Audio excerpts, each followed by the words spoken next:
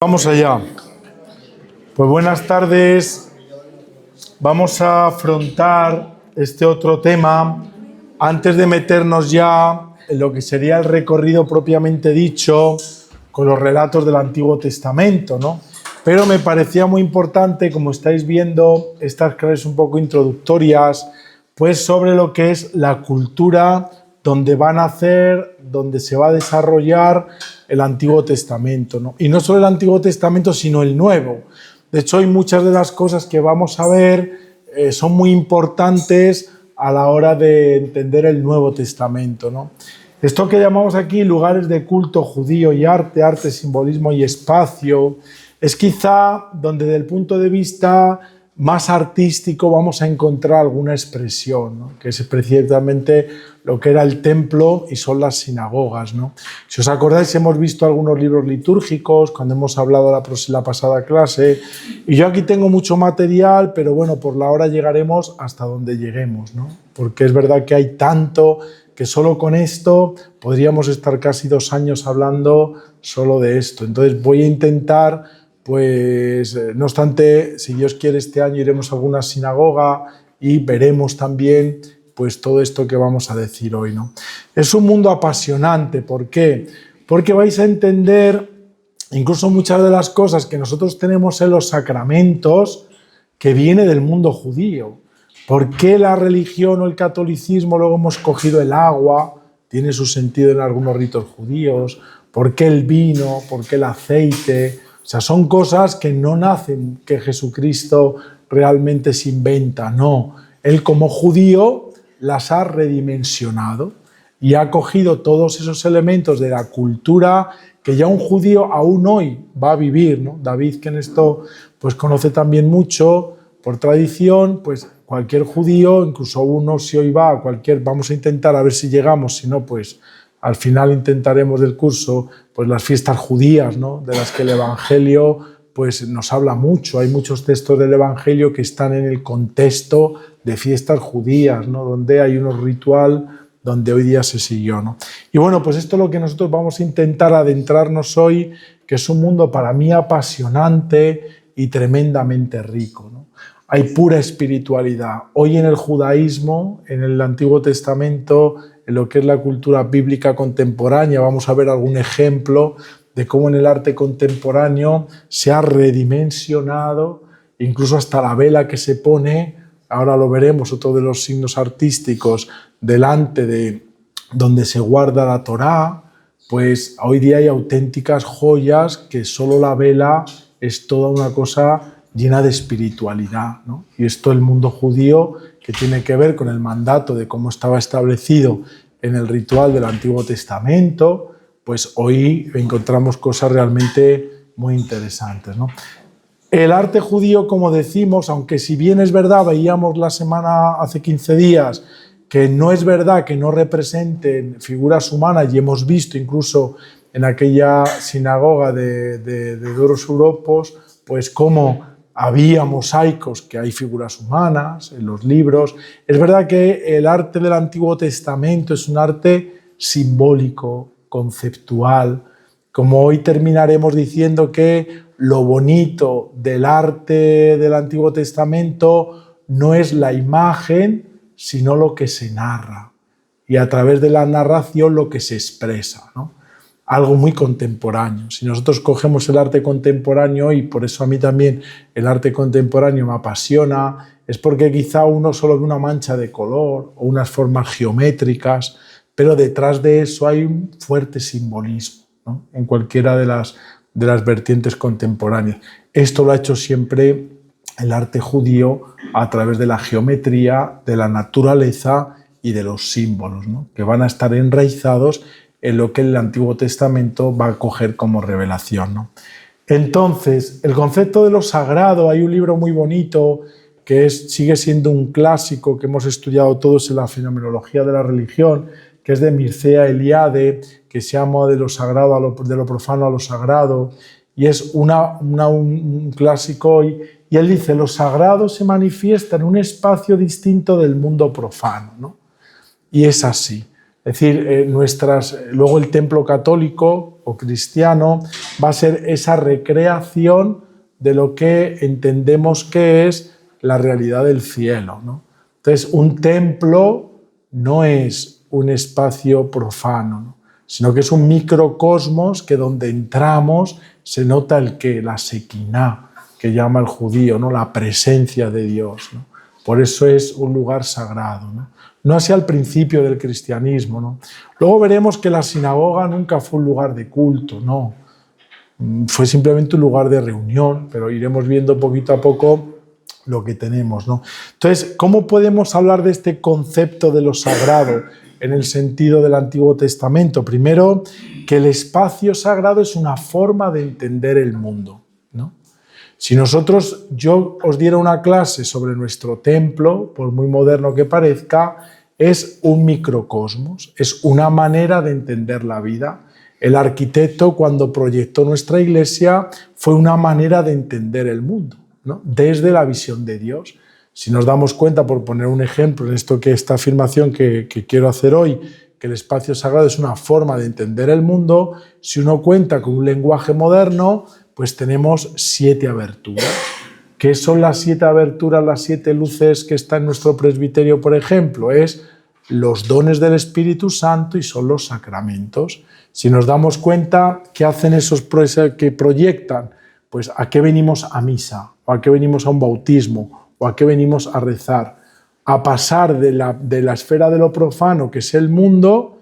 En nuestra puerta también, si os dais cuenta, es una cruz de aluminio, donde están las puertas de cristal, muy bajita porque es el mundo angosto, con el acero cortén que está afuera, que representa la dureza de la vida del mundo.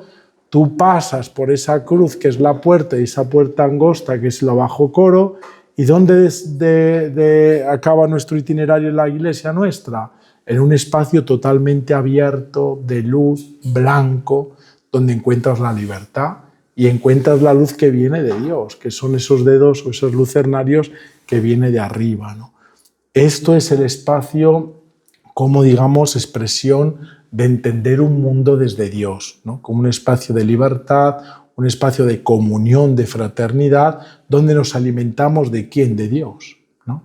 Esto en la arquitectura judía, que es lo que vamos a ver hoy, que es el templo, como la sinagoga, pues es un poco lo que se quiere representar, ¿no? Una vez tú que entras a este lugar sagrado, que para ti sea un espacio donde puedas ser tú y donde la comunidad realmente pueda experimentar, digamos, todo esto que cree, ¿no? Por eso, como os decía antes, que es lo que he puesto ya aquí en este recuadro, en el judaísmo, lo sagrado está sobre todo en la palabra y en la memoria, más que en la imagen. Por eso, para un judío, el recuerdo, hablamos de la Agadá, que también hoy que son esos relatos de la Pascua, los que vinisteis, que ya algunos estaréis un poco cansados ya de tanto escucharme, ya el próximo miércoles no me toca a mí, ya vendrá toda la clase, para no cansaros. Pero quien vinisteis, por ejemplo, el lunes a hablar del Evangelio de Marcos, yo os decía que en el año 2011 hubo un monje francés muy interesante, donde va a releer el Evangelio de Marcos como si fuera una Agadá. Él escribe un librito que se llama El Evangelio de una noche, ¿no? Y es muy bonito. ¿Por qué? Porque la Agadá es el relato que en una noche, junto a la cena pascual, un judío va a leer sobre el éxodo, la liberación.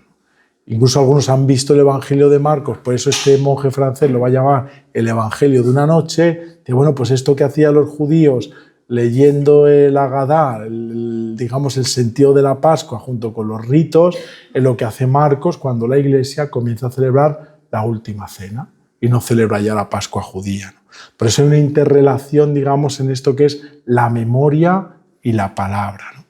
Es más, el Dios, cuando Jesús dice que es el Dios de vuestros padres, lo que viene a hacer referencia es esto, es decir, hacer memoria de lo que vuestro pueblo ha transmitido de generación en generación, ¿no? Y esto es más importante lo que nos vamos transmitiendo los unos a los otros, ¿no? Por eso, el Dios de la fe, ya el Dios judío, no es un Dios dogmático, sino es un Dios que se narra, que se dice. Por eso es tan importante leer la palabra de Dios Y es lo que nos falta, porque hemos hecho a veces una imagen de un Dios tremendamente abstracto. El Antiguo Testamento como el Nuevo, ¿qué nos dice? Un Dios que se nos narra. Es un Dios de una historia, no es el Dios abstracto. Es el Dios que los acontecimientos de la historia de la humanidad se hace presente en tu propia vida y en tu propia historia, ¿no? Y por eso es tan importante también el arte del Antiguo Testamento, como el arte, lo que van a reflejar especialmente en estos sitios de culto judío, que luego lo vamos a cristianizar de alguna manera y lo veremos, pues es precisamente expresar esta memoria y esta palabra, ¿no? Pero sin sustituirla, ¿no? Sino que sea algo provocativo que a ti te llame, digamos, a todo esto, ¿no? Y luego Dios no se ve, se le recuerda. Por eso a Dios se le escucha y se le narra, ¿no? Que sería esa contrapartida, estas dos íntimamente unidas, ¿no? A Dios no le podemos ver, sino le tienes que escuchar. Por eso es tan importante para la Iglesia, fijaros, la primera parte de nuestras liturgias, ¿no? Hay gente, perdonadme lo digo de un cura, no os escandalicéis, que me decía ya con muchos años, un fraile con el que viví, me decía, es que hay gente que parecen yonkis de la comunión, decía él, ¿no? Que solo les interesa venir a comulgar y ya está, eso es para ellos, para Dios, la comunión y ya está. No, la tradición nuestra es la tradición de la escucha de la palabra, donde Dios entra por el oído.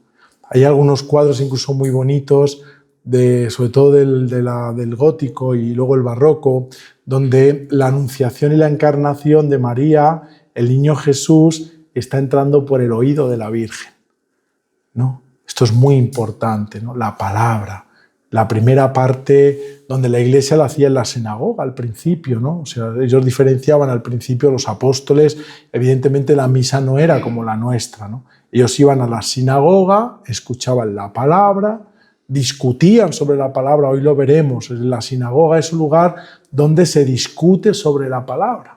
Y por eso a veces hay esos enfrentamientos, uno lee el Evangelio y dice, bueno, ¿y por qué Jesús en un lugar sagrado como era la sinagoga hay esas discusiones? ¿Por qué se hacían? Cualquier rabí, y Jesús como un maestro, un rabí judío también, iba a la sinagoga a discutir sobre la palabra. Y los grandes maestros, cada uno con su escuela, estudiaban y también discutían. Por eso a veces no era tan, o sea, lo que nos narra el Evangelio no era una cosa que Jesús ahí se pusiera para discutir con alguien, no, sino se comentaba. Los grandes maestros del judaísmo, entre ellos, cogían un texto en la sinagoga y luego lo confrontaban unos con otros, ¿no? Y eso es lo que muchas veces vemos que hace Jesús en el Evangelio, ¿no? Porque a Dios se le narra, ¿no? ¿Cuántas veces Jesús lo dice, ¿no? Dice, ¿a vosotros qué? Dice, pues no tuvieron más signos los de Nínive y se convirtieron, ¿no? Y esas porque se fían de la palabra del profeta, ¿no? Quería decir, David, una cosa. Que en el judaísmo la oración que más se reza en el día, se reza mínimo 3 veces, es Shema, que es escucha. Así Shema es. Israel, escucha Así Israel. es. Ahí está como la palabra escucha. Eso es. Que recuerdes. Y por eso esto es muy importante y para nosotros. O sea, San Pablo, incluso cuando uno lee las cartas, él pues evidentemente pues, era un fariseo, entonces está claro, y un maestro de la ley, entonces esto va a pesar mucho en él, en todas sus cartas, ¿no? Es decir, en esta experiencia de escuchar la narración de Dios en la propia vida, ¿no? Y a eso nos va a invitar sobre todo pues, el arte, ¿no? El templo judío, yo hablo aquí de templos por esta división que he hecho, o sea, vamos a ver cómo ha ido pasando pues, de uno a otros, ¿no? El primero, como sabemos, lo hace Salomón, el segundo, pues como veis aquí, son sobre todo, pues Zorobabel, y el gran, digamos, el último, que es el que hace bajo el reinado de Herodes, ¿no? Que era pues romano, pero pues de raza, digamos, y antecedentes judíos, ¿no? Entonces, es verdad que este templo luego quedará prácticamente, ahora veremos cada una de las partes del templo, y como sabéis, pues este templo de Salomón, que es el primero, pues más o menos está terminado hacia el año 957 a.C., fijaros en dónde nos estamos yendo, ¿no? Fue sobre todo un templo que luego cae destruido, sobre todo con todo el tema de la dominación babilónica, y después de todo el destierro de Babilonia, que es cuando aparece este segundo templo, que va a tener lugar, pues es prácticamente hacia el 515 más o menos antes de Cristo, y luego ya pues hacia el año 20 antes de Cristo es cuando ya Herodes, digamos, va a hacer el segundo templo, Herodes el Grande, ¿no? Yendo un poquitín a lo concreto, el templo, ¿qué hace? Pues va a suplir a lo que se llama la tienda del encuentro, lo que hace Moisés. Lo primero para un judío, lo que tiene, que ahora veremos una reproducción, es prácticamente esto. En medio del desierto, cuando realmente se le da Moisés, se le da la tabla de la ley, que es lo que llamamos el arca de la alianza, pues hace lo que llamamos el tabernáculo, ¿no? Que viene de esta palabra hebrea que se llama Mishkan, que significa el lugar consagrado para Dios, ¿no? Significa esa palabra, ¿no? Entonces se le dice al pueblo de Israel, pues construirá su lugar, le dice a Moisés, donde Dios, la presencia de Dios, morará en medio del pueblo, ¿no? Esto es muy bonito, porque a lo largo del Antiguo Testamento veremos cómo Dios siempre ha estado de una u otra manera pues presente en medio de su pueblo, ¿no? Y para un judío, pues lo más sagrado era el arca de la alianza, ¿no? Es sobre todo, como pongo ahí, es una iniciativa sobre todo de que Dios siempre busca la comunión con Él, ¿no? Entonces, de una manera así un poco rápida, aquí he resumido un poco lo que significaba este tabernáculo, que es Dios en el huerto del Edén, con Génesis 3:8, como pongo ahí, y oyeron la voz de Dios que pasaba en el huerto al aire del día, ¿no? El mismo Dios que creó al hombre bajó, caminó y platicó con él, ¿no? Eso es muy bonito. Leer los relatos de la creación, que tendremos el próximo día, este tema es precioso porque es de una gran plasticidad, ¿no? Un Dios que camina con Adán, con Eva, un Dios precioso que tiene todo su teología, lo que significa el barro, lo que significa la costilla. O sea, es algo tan impresionante y entonces es algo tan plástico que luego el arte lo va a recrear, ¿no? Detrás de eso hay toda una teología realmente muy profunda, ¿no? Es el Dios del tabernáculo, como pone aquí en Éxodo 25:8, y harán un santuario para mí y habitaré en medio de ellos, ¿no? Dios, si veis, en toda la Escritura es el que va a tomar la iniciativa. No es por parte del hombre, sino que siempre es Dios quien busca al hombre, ¿no? Jesús luego dirá, no sois vosotros los que me habéis elegido, soy yo quien os he elegido a vosotros, ¿no? Y por eso es verdad que esta grandeza de Dios de buscar siempre el encuentro con el hombre, sabe que, claro, nosotros ¿qué somos? Somos carne, somos hueso, somos sentimiento, ¿no? Necesitamos, yo siempre digo lo mismo, incluso en los tanatorios, cuando voy a un caso de alguna muerte, ¿no? Y hoy pues he tenido el caso de un chico de 13 años que se suicidó aquí en Rivas. Y claro, hablar de una familia, digo, la muerte, ¿Dios quiere la muerte? Pues no, porque Dios no creó la muerte. La muerte la crea el pecado del hombre. Dios no ha creado la muerte, es algo que el hombre pues lo ha hecho, ¿no? Y segundo, claro, ¿por qué la muerte nos es tan dura? Porque nosotros necesitamos sentirnos, vernos, olernos, tocarnos, sentir la experiencia de lo físico. Entonces, la muerte, ¿qué hace desde el punto de vista cristiano?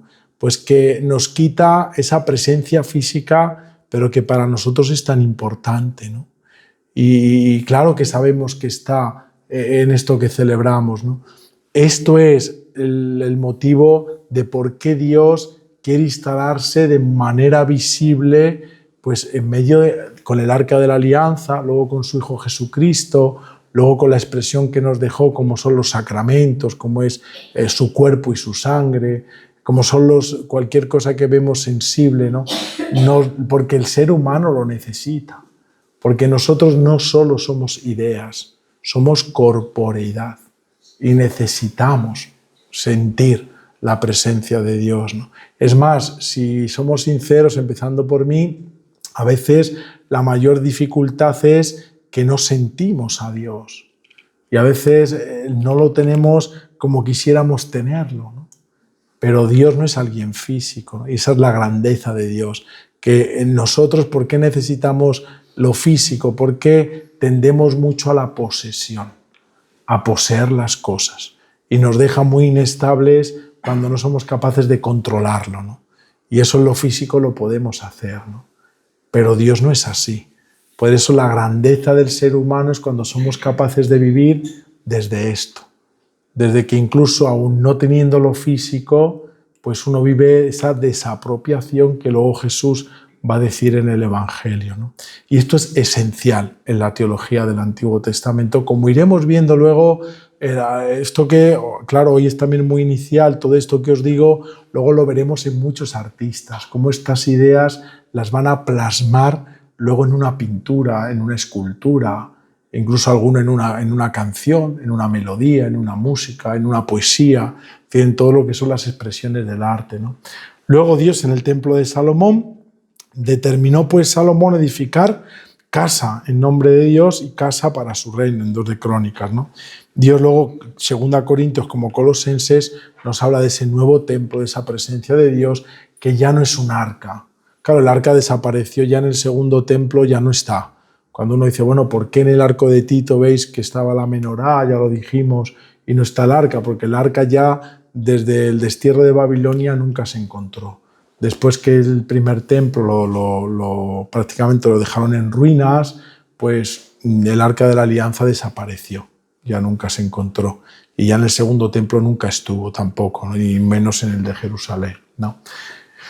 Esto es una recreación de lo que hace Moisés, ¿no? Cuando Dios le dice que haga un templo, una presencia, más que un templo, un lugar donde la presencia de Dios, pues esta es la tienda del encuentro, donde estaba el arca de la alianza, el altar de las ofrendas y el fuego votivo de la presencia de Dios, ¿no? O sea, los 3 elementos, digamos, que había, ¿no? Era un santuario, digamos, móvil. ¿Por qué? Porque no vivían en un mismo sitio. Claro, ellos iban camino ¿de qué? De la tierra prometida, ¿no? Entonces no es un templo fijo. Entonces esto es muy fácil porque coges la tienda, coges el arca de la alianza y lo vas trasladando, ¿no? Siempre lo llevaban los sacerdotes. Igual que a este lugar solo podían entrar los sacerdotes, ¿no? Por eso la carta a los hebreos, que es una cosa espectacular, dirá que ya el único sacerdote ha entrado de una vez para siempre en el templo, ha rasgado la vestidura y él es el mismo sacerdote y él es el mismo altar, ¿no? ¿Esto qué nos indica? Que al final todo esto que es el Antiguo Testamento, lo decíamos el primer día, es una preparación ¿para qué? Para Cristo. Esto simplemente es una figura de lo que vino después. De tal manera que el altar como la tienda, como la presencia, la sequiná de Dios, ya no es una tienda ni un templo, sino que es una persona, que es Él, ¿no? Por eso es tan bonito, digamos, todo esto, ¿no?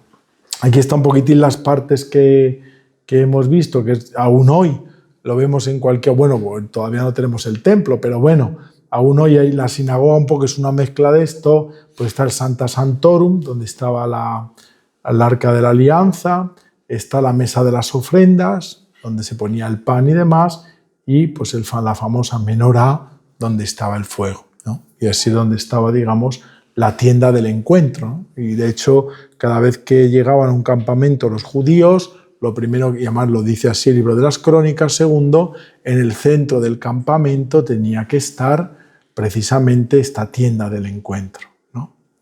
Curioso porque esto que parece algo más tan antiguo, si luego lo transportamos a nuestra fe, ¿dónde han estado siempre las iglesias? En el centro de los barrios. Cuando uno hacía un barrio, una población nueva o en un pueblo, ¿qué es lo que está en torno el pueblo, en torno a qué gira? Siempre a este lugar sagrado, ¿no? Por eso esto se ha mantenido incluso hoy a lo largo de los siglos, ¿no? Incluso en nuestros pueblos de España uno va y dice, madre mía, qué grande es la iglesia, y está un poco en el medio de todo esto, ¿no? Es un poco, digamos, la iglesia, en esto simbólico, el templo, ya desde el tiempo judío del Antiguo Testamento, nos damos cuenta que es la presencia de Dios en medio del pueblo, ¿no? O sea, lo importante no es las piedras en sí, sino lo que esas piedras representan para un pueblo, que es no te olvides nunca de que lo importante en tu propia vida, como en tu propio pueblo, en tu propio barrio, es el que yace dentro de ese templo, ¿no? Que es Dios.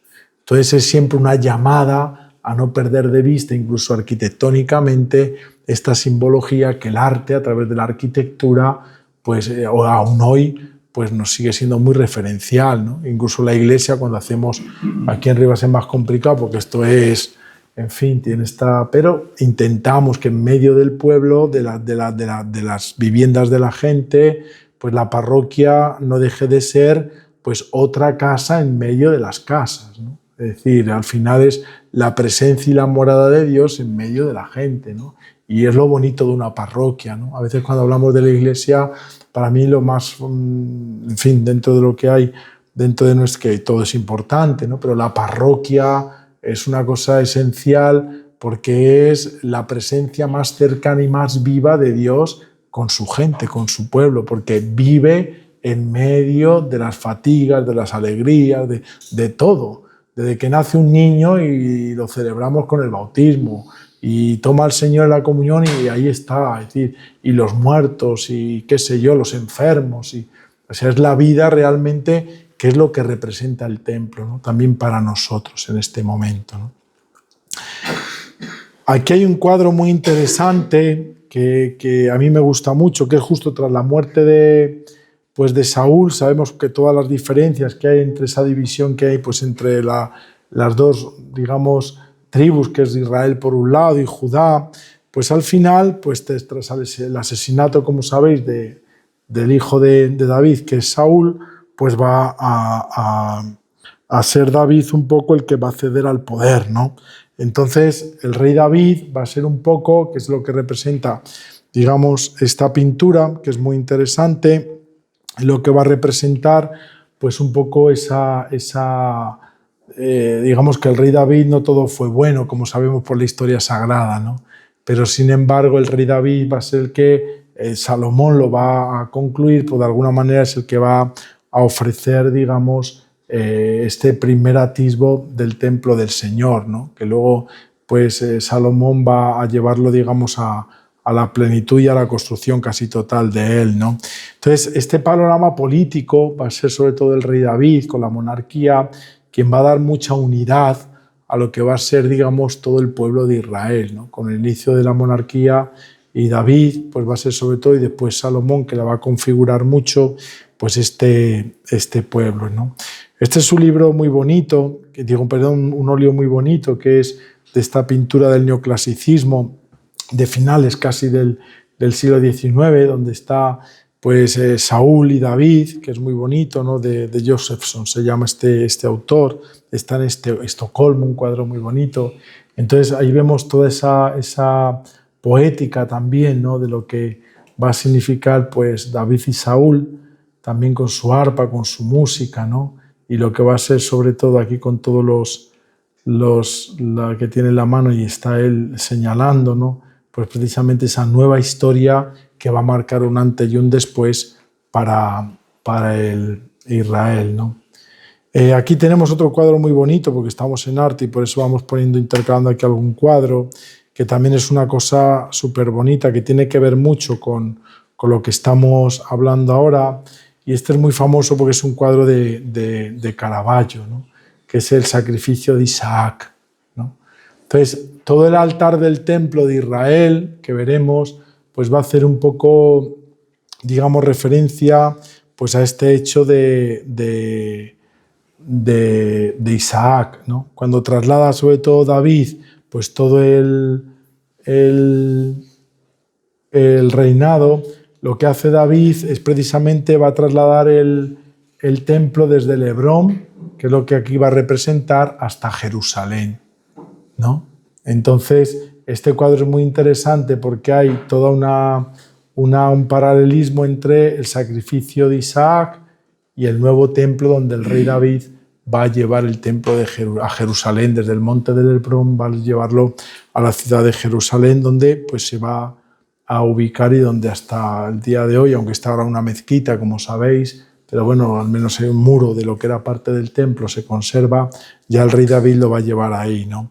Entonces, es verdad que esto pues, fue una, y lo sabemos por la historia sagrada, es decir, ¿dónde poner el templo? Que esta es otra, ¿no?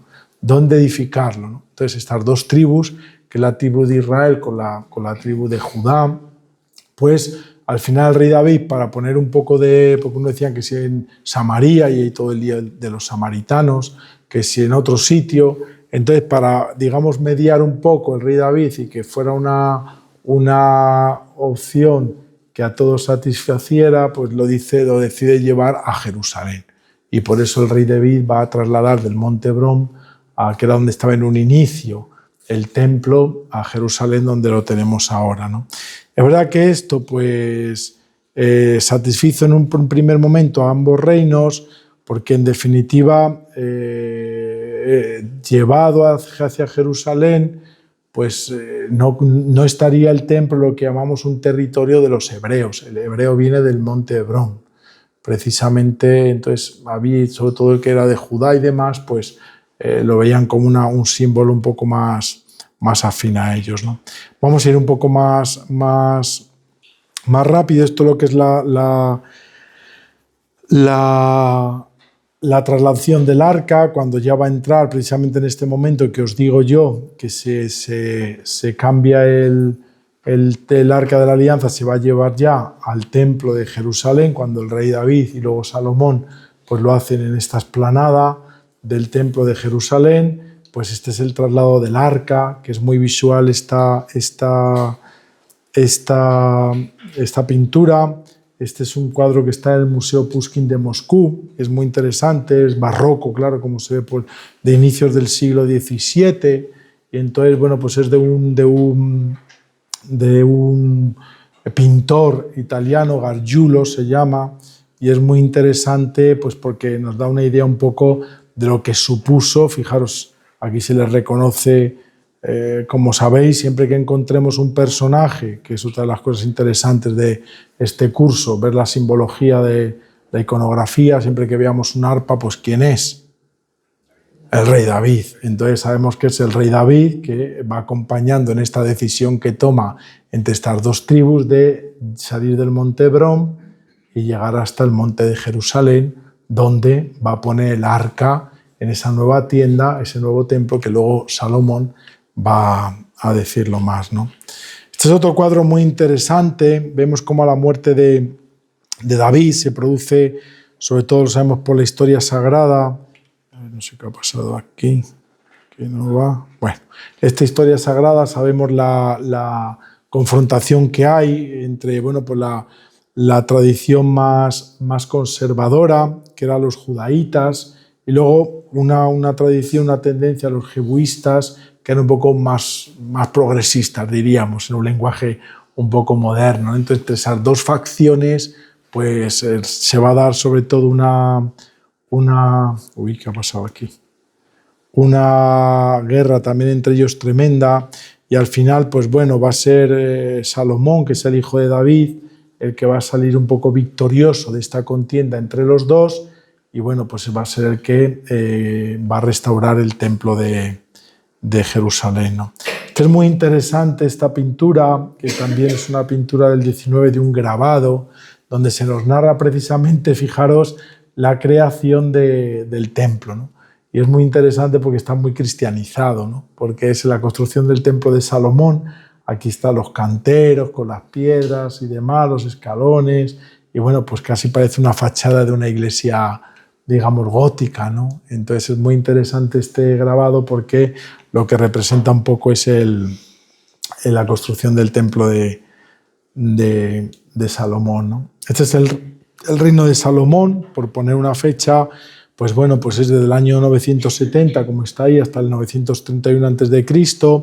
Y bueno, el reino de Salomón va a marcar sobre todo, como pongo ahí, la consolidación política, pero sobre todo religiosa de Israel, ¿no? Es verdad que luego va a volver otra vez las luchas que ha habido entre las diferentes tendencias, ¿no? Pero Salomón va a ser un reinado donde va a poner muchísimo orden y donde realmente, si ya con David y la monarquía se va a instaurar, y lo vemos en el Antiguo Testamento, todo el libro de las Crónicas, de Esdras, el mismo libro de Esther, pues el rey Salomón le va a dar como muchísima, digamos, unidad y sobre todo mucho asentamiento a lo que va a ser el pueblo de Israel, ¿no? Y lo que va a ser el judaísmo, ¿no? Entonces, por eso es muy importante, como sabéis, el libro la figura del rey Salomón. Y esto es muy interesante porque es una pintura que han puesto en el techo, fijaros, una iglesia luterana que se llama de la Ascensión y que, bueno, pues es prácticamente, aunque uno parece así antigua, pero es muy contemporánea. La han hecho, es de los años 80, 1980, finales de los años 80, y entonces en el techo, en esta capilla luterana, pues han puesto, digamos, esta pintura que es muy interesante, ¿no?, sobre el rey Salomón, para lo que también significa, ¿no? Este es, digamos, la construcción, vamos a ver ahora un poco lo que era el templo de Salomón, que es muy parecido a lo que había en lo que va a hacer Herodes el Grande, en esta reconstrucción del tercer templo, por así llamarlo, pero que es verdad que le faltaría pues todo lo que esto es el atrio de Salomón, el patio de Salomón, que ya veremos que tiene mucha importancia. Y bueno, pues esta obra fue dirigida por un señor que se llamaba Hiram de Tiro, o Hiram de Tiro, y bueno, la construcción de este templo primero pues duró 7 años, dicen más o menos lo que tenemos, ¿no? Se va a usar todo lo que son piedras locales, que es lo que había en la zona, que está hecha con piedra caliza, y luego pues la madera más rica que había, que aún hoy tiene mucho prestigio, por la madera del Líbano, ¿no? Entonces para ellos era muy cerca, entonces era una joya desde el punto de vista incluso arquitectónico y artístico, porque estaba hecho con materiales realmente de lo mejor que había, ¿no? Y luego estaba recubierto, las puertas y demás, con oro y con bronce, ¿no? Entonces era un templo realmente muy rico, ¿no? En el reinado de Salomón, como sabéis, pues había un montón de dinero y de posibilidades, entonces prácticamente las puertas todas eran de bronce. Luego veremos esta escalinata, que es muy interesante, que luego Herodes la va a reconstruir, y este patio también va a ser muy interesante, veremos incluso en el Nuevo Testamento, y el patio de Salomón, y bueno, pues luego lo que era dentro prácticamente estaba en oro, ¿no? ¿Esto de dónde viene? Y bueno, el pueblo de Israel se lo inventa desde el punto de vista artístico, no, o arquitectónico. Esto va a venir de la tradición fenicia. Si nosotros vemos las construcciones fenicias, incluso la cultura, pues el templo va a venir mucho y va a derivar mucho de lo que era la cultura fenicia, que como sabéis, pues eran cercanos y sobre todo pues gente que dominaba, ¿no?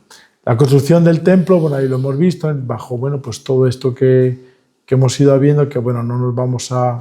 Siempre es de este a oeste, evidentemente. Luego la sinagoga, ¿dónde va a mirar? Pues hacia Jerusalén, ¿no? Entonces, siempre hacia donde está el templo, ¿no? Y eso va a ser algo fundamental.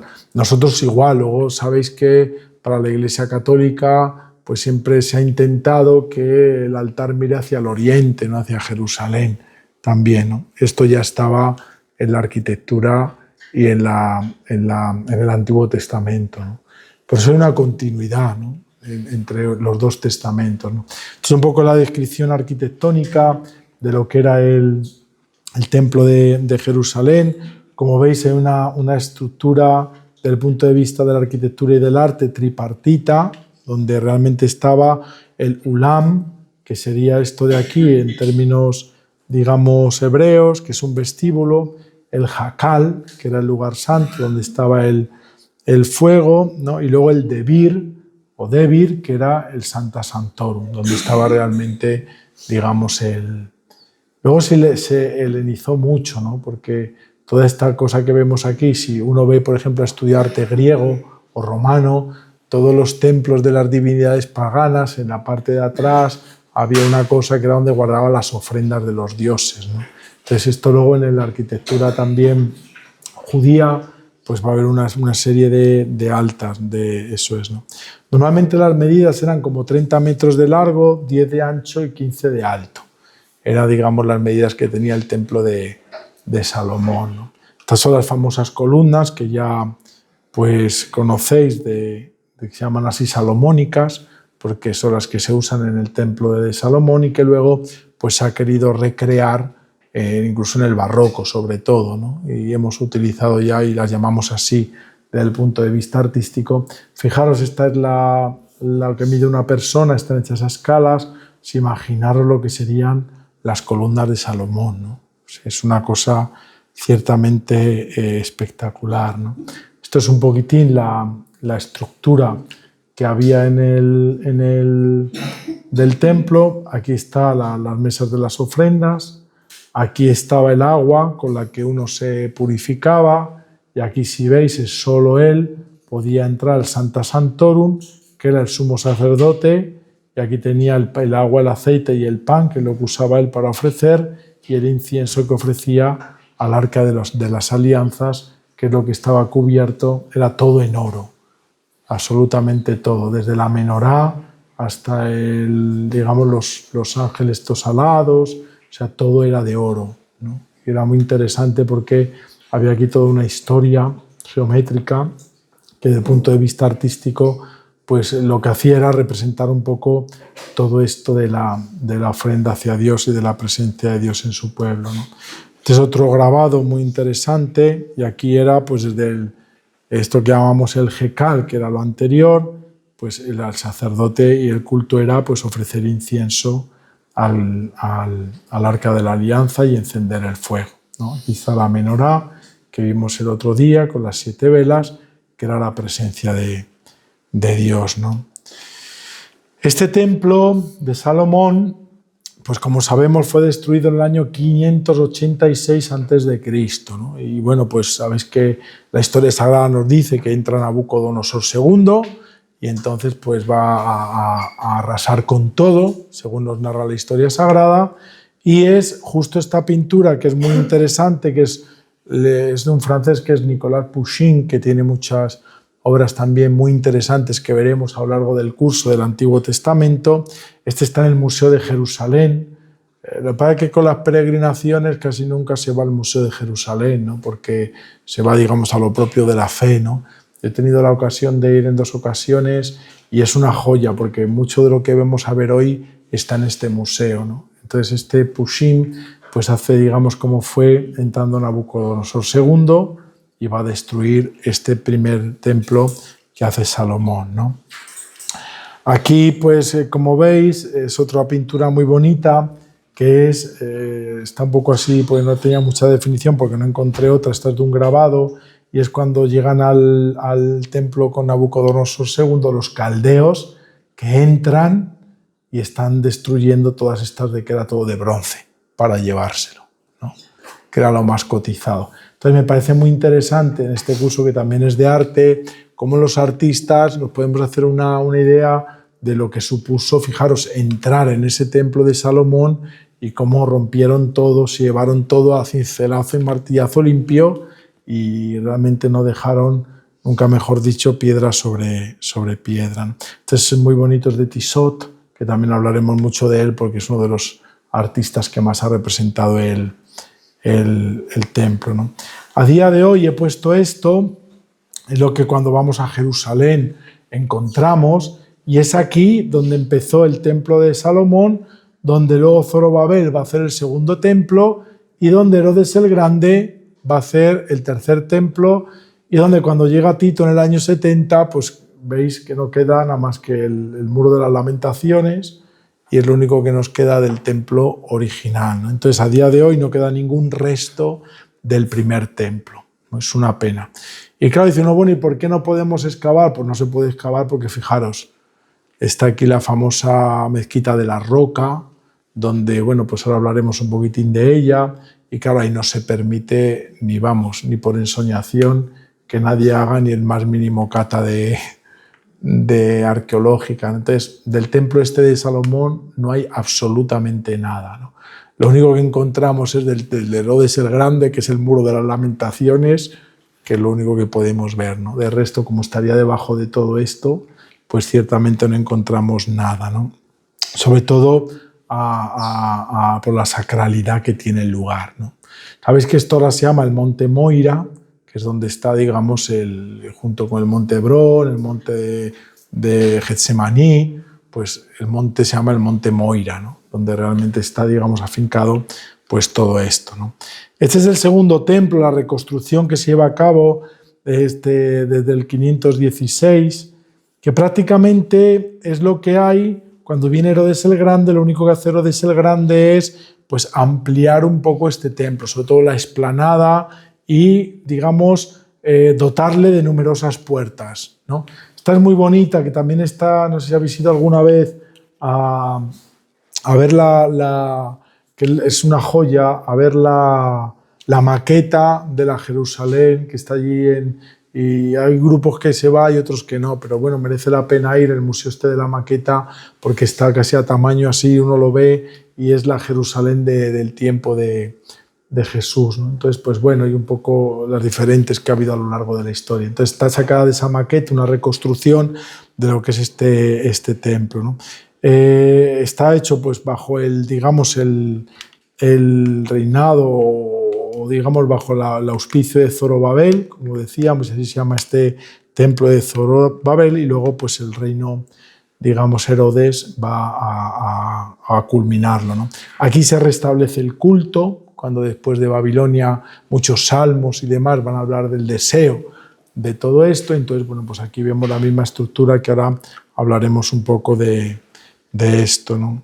Entonces, bueno, pues estaba, sobre todo, está construido, que es un poco lo que quiere representar esta pintura, pues con judíos que vinieron exiliados, sobre todo de... Uy, ¿qué ha pasado aquí?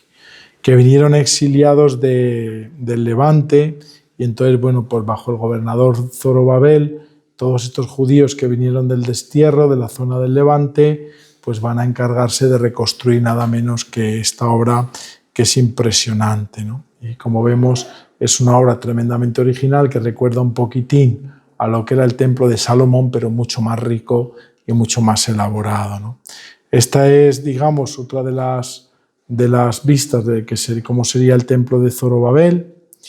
Este sería ya el último templo, que es el templo de Herodes, ¿no? Herodes, ¿qué va a hacer?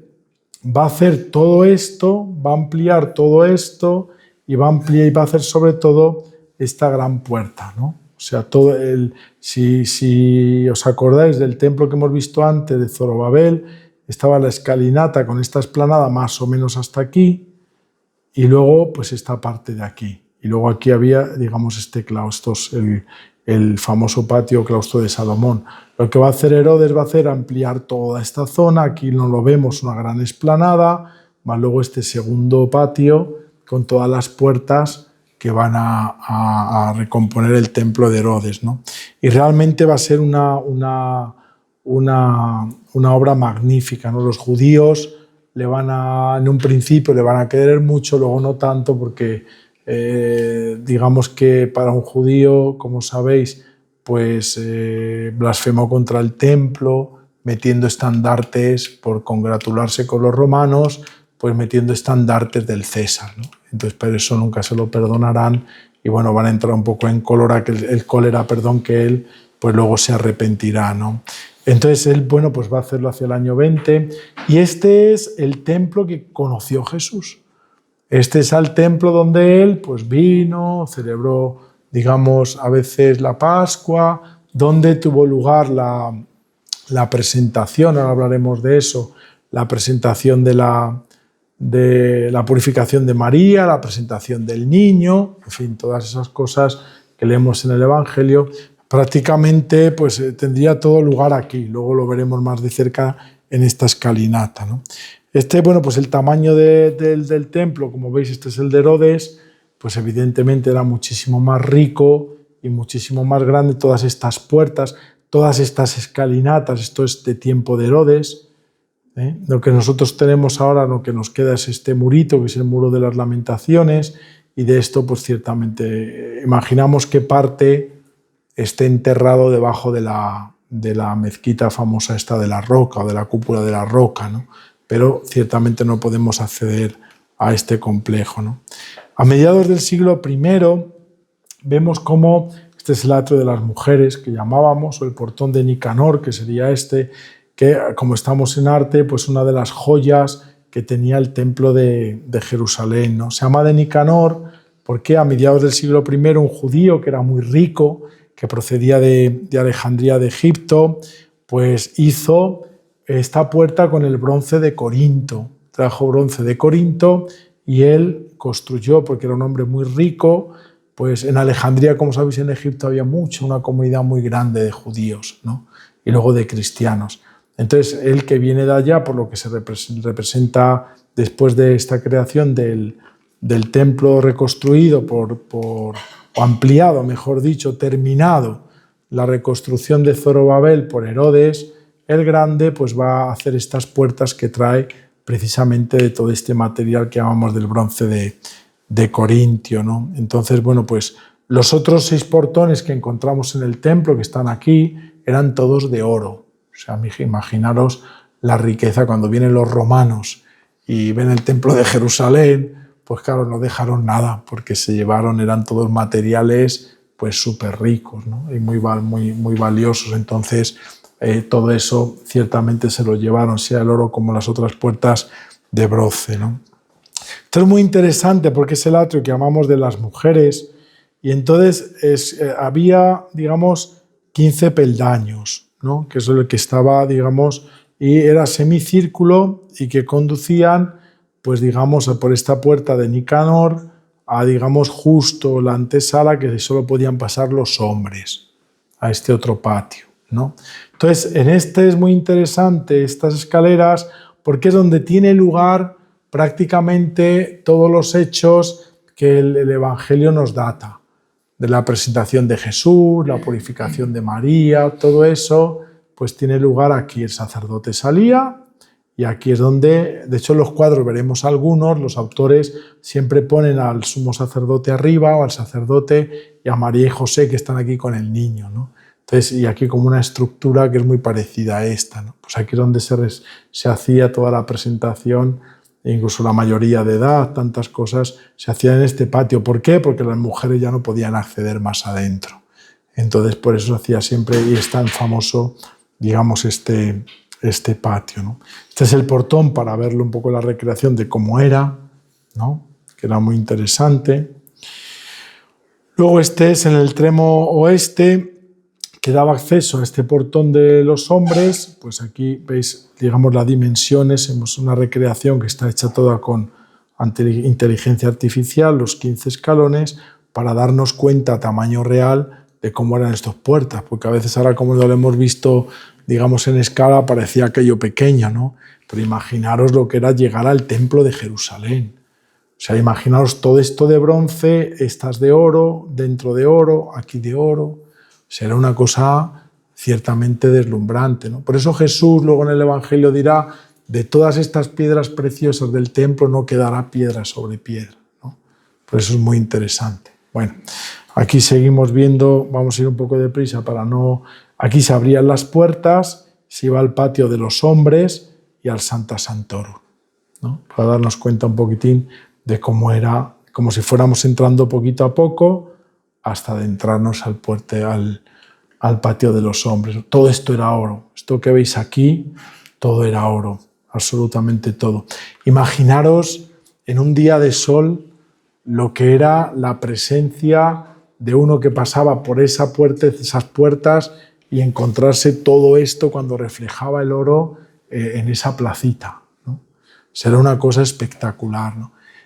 Si veis el color dorado, nosotros en la iglesia lo tenemos igual, siguiendo esta tradición. El oro solo se ha reservado para Dios. De hecho, en la tradición oriental, en la pintura oriental, el dorado, el pan de oro, era solo referido a Dios, absolutamente a Dios, ¿no? Entonces, esto que ya lo vemos que estaba en el templo de Jerusalén, que luego pasó a la tradición bizantina y que luego ha pasado a nosotros, ¿no? De hecho, nosotros, si os dais cuenta, el único elemento dorado que tenemos es el del altar, que representa la divinidad. La luz dorada es la luz de Dios, es la presencia de Dios. En el judaísmo también, ¿no? Lo hemos tomado, digamos, de esta presencia. Aquí os he traído algún cuadro, este es muy bonito porque está, si alguno va, se llama de un autor muy interesante, hay una capilla en la Catedral de Sevilla, que es de 1550-55, que es un autor que se llama Pedro de Campaña. Y bueno, pues este autor, en esta capilla, tenemos, digamos, esto que os decía yo, de la presentación del niño, ¿veis? Los escalinatas y esta puerta que se abría, que iría, aquí es como una iglesia, pero iría al patio, ¿no? He puesto este cuadro porque aparte de ser una joya, es un hombre que él es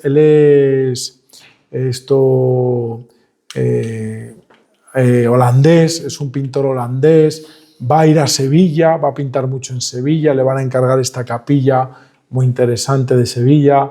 Y he traído esto porque también veis aquí que hay un leproso, porque en este patio de las mujeres es donde estaban también los leprosos. De hecho, fijaros, este patio es muy importante incluso cronológicamente y físicamente para el Evangelio, porque muchos de los relatos o algunos de las curaciones de los leprosos es cuando Jesús pasaba por este patio y estaban los leprosos que pedían, ¿no? ¿Y el de los cambistas dónde estaría situado? Un poquitín más adelante, o sea, ahí sí que no podían pasar ni tan siquiera al templo, estaría en la explanada anterior. Había una zona, porque claro, los cambistas, el templo dinero, porque la mayoría tenían dinero romano. Los cambistas era porque los judíos no podían, la ofrenda que tenían que dar de dinero en el templo no podía ser con moneda romana, que era la que se utilizaba en tiempo, porque era una colonia romana, por así decir, ¿no? Entonces, los cambistas era porque si tú querías hacer la ofrenda en el templo, no se te admitía el dinero romano. Entonces, el templo tenía una moneda que valía mucho, que era una moneda propia judía. Entonces, tú antes de entrar al templo no podías entrar con dinero romano, ¿no? Sino que tenías que cambiarlo.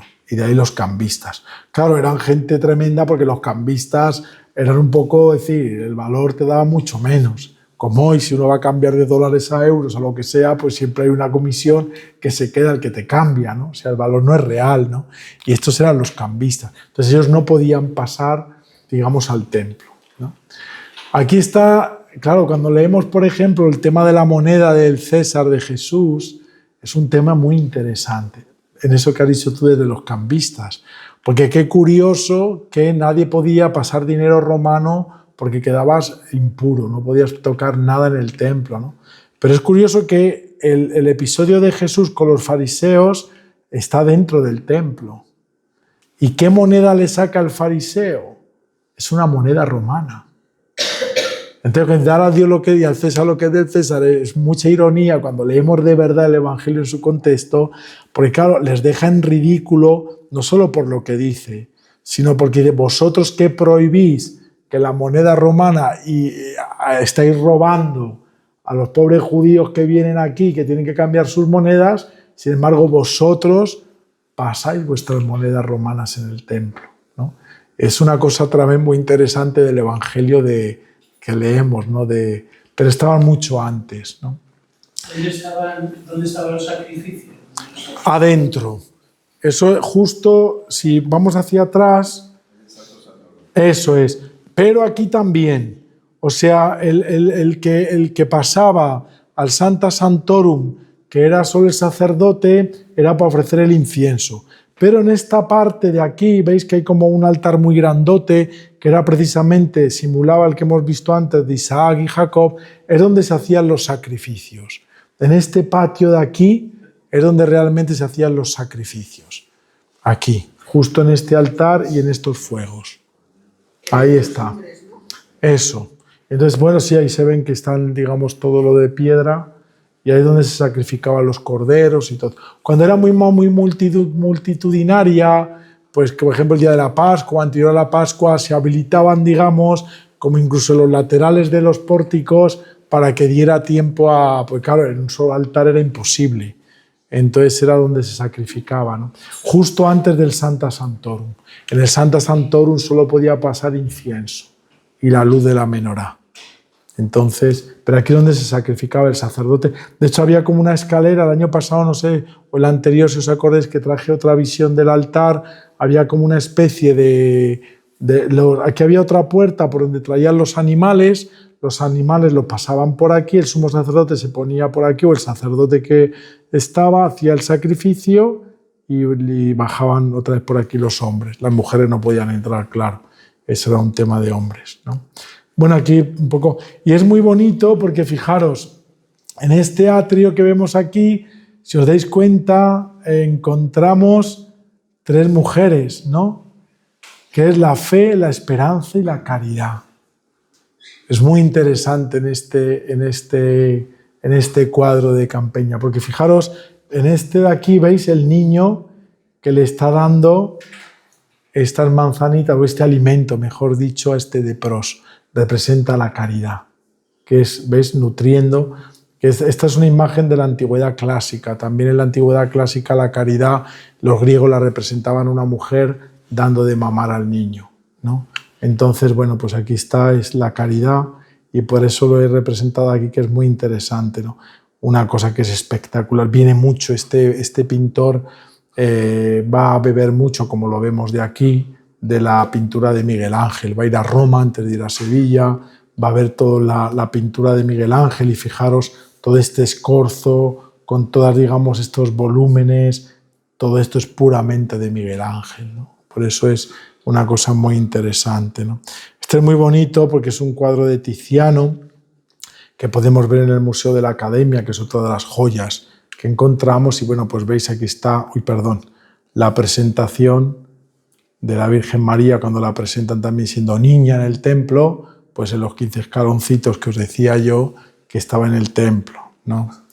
Esta me ha parecido muy interesante. Veis la mujer, la viuda, con los huevos que también ofrecían en el templo, ¿no? Entonces, como Tiziano también con esa magnificencia. Y luego este de Rembrandt, que es un nocturno, que es una joya, ¿no? Que fijaros, igual Rembrandt va a hacer una reinterpretación muy bonita, y por eso tengo aquí este cuadro precioso que está en La Haya.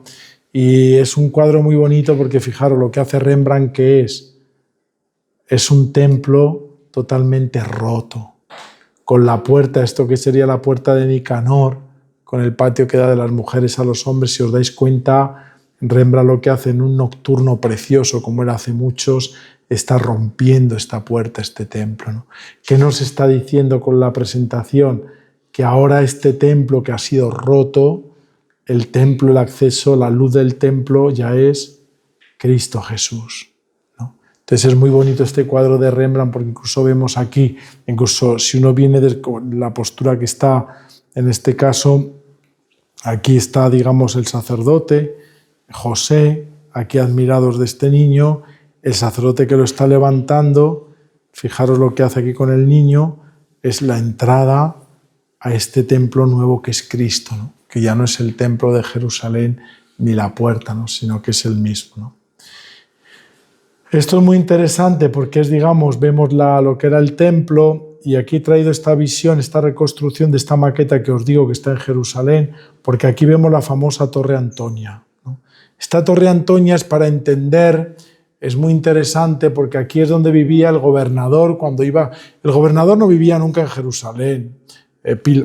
Pilato, por poner un ejemplo, solían vivir en su gran palacio de Cesarea Marítima, que si habéis ido es muy bonito porque está el mar, una zona tremendamente rica. Entonces, lo que hacía el gobernador solo para determinadas ocasiones, pues iba a Jerusalén, ¿no? Para mantener el orden. Entonces, donde él hacía justicia y vigilaba todo era aquí, desde la Torre Antonia, ¿no? Entonces esto es muy interesante porque aparte se veía el templo, por si había algún tema para poder intervenir, y aquí es donde realmente pues, tuvo lugar la escena famosa del Ecce Homo, ¿no? Pues cuando sacan a Jesús y dicen, bueno, ¿a quién queréis? ¿A Barrabás o a Jesús? Lo que nos narra el Evangelio, pues sería desde aquí, desde esta Torre Antonia, ¿no?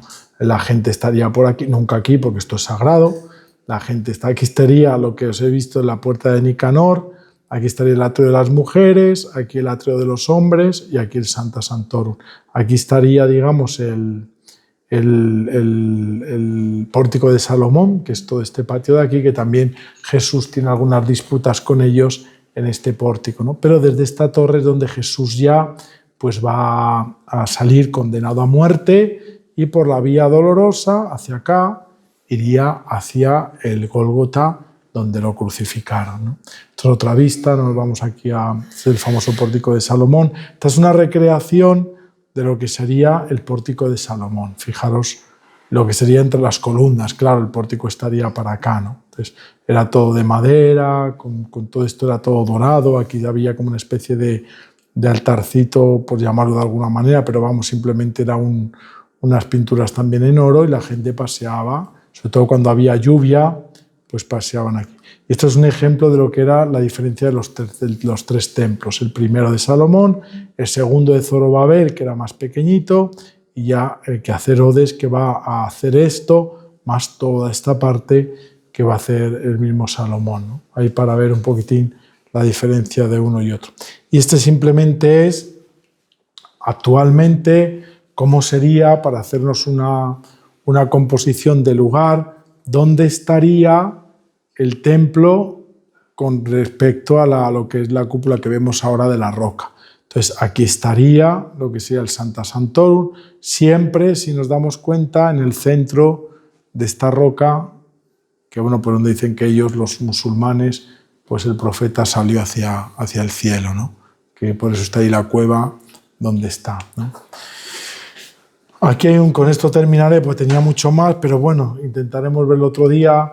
Y bueno, pues este es muy interesante porque es de Tishot, otro que está en Brooklyn, y es lo que hemos dicho, ¿veis? Afuera, antes de subir en el templo, si vamos hacia atrás, si este es el templo, aquí había una entradita, ¿veis esta escalerita?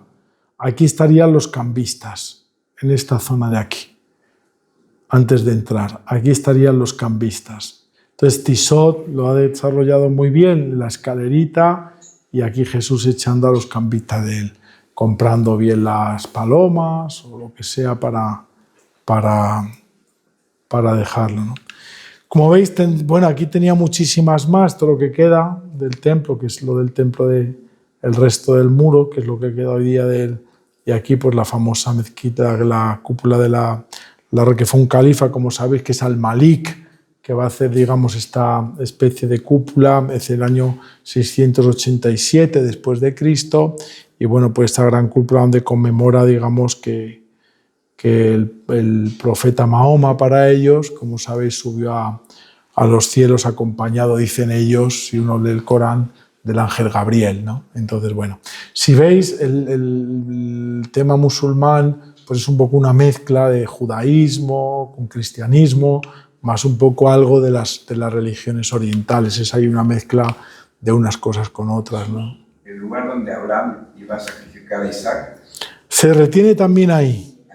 Eso es. De hecho, el altar de aquí, o sea, lo que hemos dicho antes, esto, por ejemplo, si fuéramos hacia abajo, como hemos visto antes, hoy día dentro, pues no podemos pasar, si no eres musulmán no te dejan, dentro veríamos esto, que casi siempre está cerrado porque sabéis que la controversia que hay entre los judíos, de hecho ellos, los musulmanes, pues se ponen en la explanada hacia el puente, a veces uno va a ir al muro de las lamentaciones y no puedes porque ellos se ponen como en una terracita que hay donde está ahora esto y empiezan a tirar piedras y cosas de eso contra los judíos. Entonces pues no puedes acceder al tal. Entonces esto es lo que se ve, que sería la roca donde, digamos, estaba, y donde abajo estaría el sacrificio de Abraham. Eso es. El altar que se considera, como hemos visto ahí, en piedra. Entonces sí, eso es. Fijaros cómo es por dentro, ¿no? Todo recreando un poquitín. Estos son todos mosaicos que hay dentro de la roca. Y bueno, está la sinagoga, y con esto terminamos porque ya es y cuarto y no nos da más tiempo. Bueno, se llama Beth Knesset, que significa simplemente lugar de reunión, ¿eh? Entonces, pues bueno, la sinagoga no era lugar de culto cuando estaba el templo, simplemente era lugar de estudio y de reunión. Aún hoy, aunque no era un templo, la sinagoga tampoco se iba a rezar. No, tampoco era ahora sí, pero en tiempo de Jesús para rezar se iba al templo o se iba como Jesús pues al medio de la montaña o a un huerto, o uno rezaba en su casa.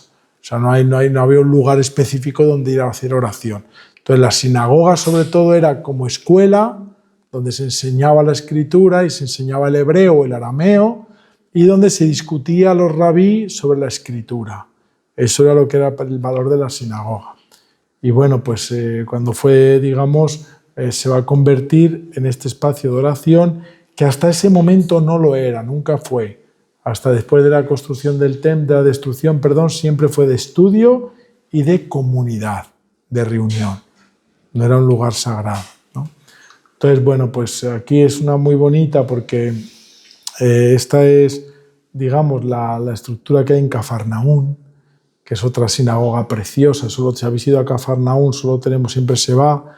Entonces es muy interesante porque está construida sobre caliza y sobre piedra de basalto, ¿no? En dos niveles. Entonces esto es muy interesante, ¿por qué? Porque, bueno, esta es la sinagoga que conoció Jesús en Cafarnaún, donde iba a rezar. Pues aquí hay sus más y sus menos. Entonces, desde luego en esta zona estuvo. Esta es una sinagoga bizantina del siglo V, pero es verdad que esto es anterior, por eso el basalto, digamos que es de una época más temprana que la caliza. Los franciscanos, el siglo pasado, en los años 70, hicieron unas excavaciones y ellos llegan a afirmar que esto de aquí era la sinagoga de Cafarnaún que conoció Jesús, de las excavaciones que hicieron los franciscanos, ¿no? Pero hay arqueólogos que dicen que no. Pero ciertamente en este lugar estaba por aquí se entraba, siempre ahí estaba el altar. Esto es muy bonito porque se conserva una piedra con la menorá. Luego no hace mucho hicieron este descubrimiento que se llama Wadi Hammam, que es otra sinagoga que han descubierto, pero impresionante, en esto que era el camino entre los dos mares, que llamaban de Galilea, y que Jesús muchas veces transitó por aquí.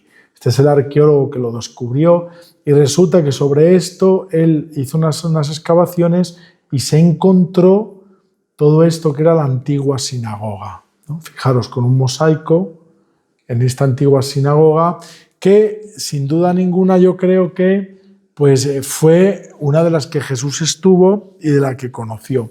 ¿Solo Jesús estuvo en los lugares que dice el Evangelio? Pues no.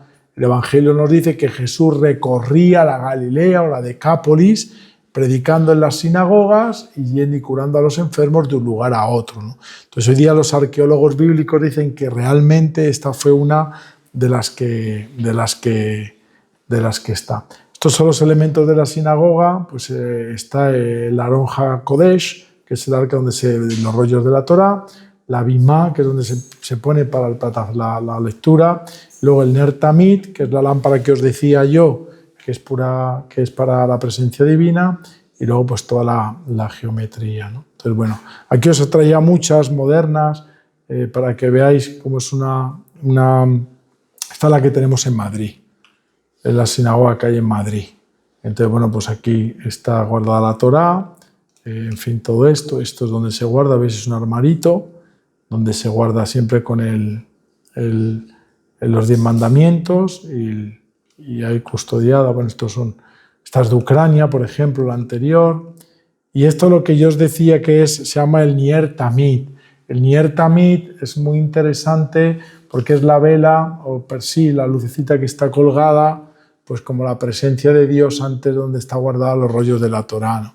Nosotros con el sagrario hacemos lo mismo, ¿no? O sea, hemos puesto una vela que viene de aquí precisamente porque nunca se apaga ni de día ni de noche esta vela, ¿no? Entonces esta es muy interesante porque está hecha por Hajin, que es una artista judía que es preciosa, está hecha toda en alabastro, todo esto es bronce, alabastro, perdón, y esto es bronce.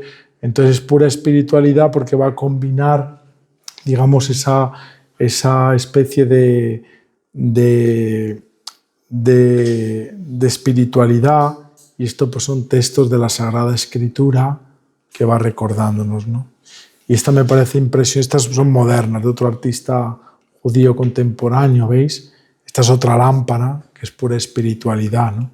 Esta es muy interesante porque el artista que lo hizo, que es de un estudio que se llama Mato, pues quería ver un poquitín, digamos, esa espiritualidad que le da el color, que es toda una luz que ella misma refleja desde dentro. Entonces quiere reflejar todo el mundo espiritual que realmente representa la luz de Dios, sobre todo en la persona humana, y que representa, digamos, esa lucecita. Entonces, fijaros que es una simple lámpara pero tiene mucho importante desde el punto de vista artístico y simbólico en una sinagoga, ¿no? Y que realmente a través solo de una lámpara pues es ese deleite, asombro, belleza, luz, que realmente cambia realmente, digamos, a quien lo contempla en todo este tipo de velas, que también esta es de ella, de esta Amato, ¿no? Que es una cosa impresionante. Y bueno, aquí nos vamos a quedar porque ya es muy tarde y esto es mucho. Nos quedaría hablar de las festividades judías, pero bueno, ya veis que todos estos elementos, no hemos podido hablar de lo que se ofrecía, que es el agua, el significado que tiene, las fiestas que hay en el judaísmo, porque mucho de esa tradición es lo que nosotros ahora pues vamos a ver en nuestra vida cristiana, ¿no? Y bueno, pues sea la sinagoga como el templo, es donde Jesús muchas veces pues va a hablar, digamos, en el Evangelio, y que nos narra, digamos, como lugares de arte y de simbología de lo que representa la presencia de Dios, pues también desde el punto de vista del Antiguo Testamento va a ser muy importante también para la tradición judía y cristiana. Así que aquí lo dejamos porque es muy tarde y bueno, lo que ha dado de sí, ha dado de sí. Así que nada, que descanséis.